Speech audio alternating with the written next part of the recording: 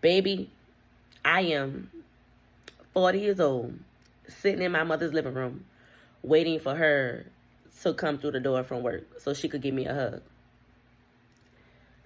I'm going to be honest. It's okay to say you're not okay. It's okay to still feel like you need your mother. It's okay to run to your mother when you're feeling doubt, when you're feeling unsure, or when you are hurting or going through a situation. My mother has been my backbone, my strength, my pillow. She has been my covering. She has been my go-to, my motivation, my cheerleader. She has been everything. And even now, going through the emotions that I'm currently going through, I feel like can't nobody make me feel content other than my mother and God. And me having a praying mother helps it so much. And just like the conversation that we had before I took my flight, she cussed me out. She prayed for me and she told me to get my shit in order. And I'm like, girl, chill out. And I couldn't do nothing but smile. Because at that time, in transparency, I needed that. And I needed that from her. Because the one thing I do know, she's not going to lead me wrong. What I do know is that she loves me down to my core. My good days, my bad days, my fuck-ups. She loves me. You know what I'm saying? And I wouldn't have thought years ago that my mother would be the first person I would run to when I would have issues, you know.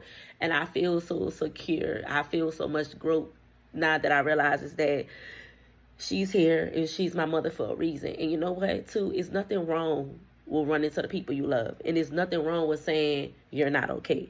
You know, it's nothing wrong with saying that I'm hurting. You know, I need you. I need a hug. If you have that special person in your life, utilize that person because that's why they're there. You know, ask that person to pray for you. Ask that person to cover you. You know, we have to understand that we wasn't put on this earth to be alone.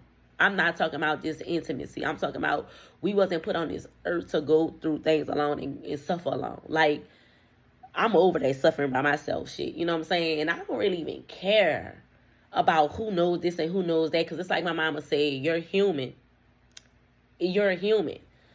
There's nothing wrong with going through the facts of life. There's nothing wrong with being embarrassed. This is what life is about. And that is so true. And it takes a strong woman. It takes a strong person to uplift somebody else when they're hurting, when they're down.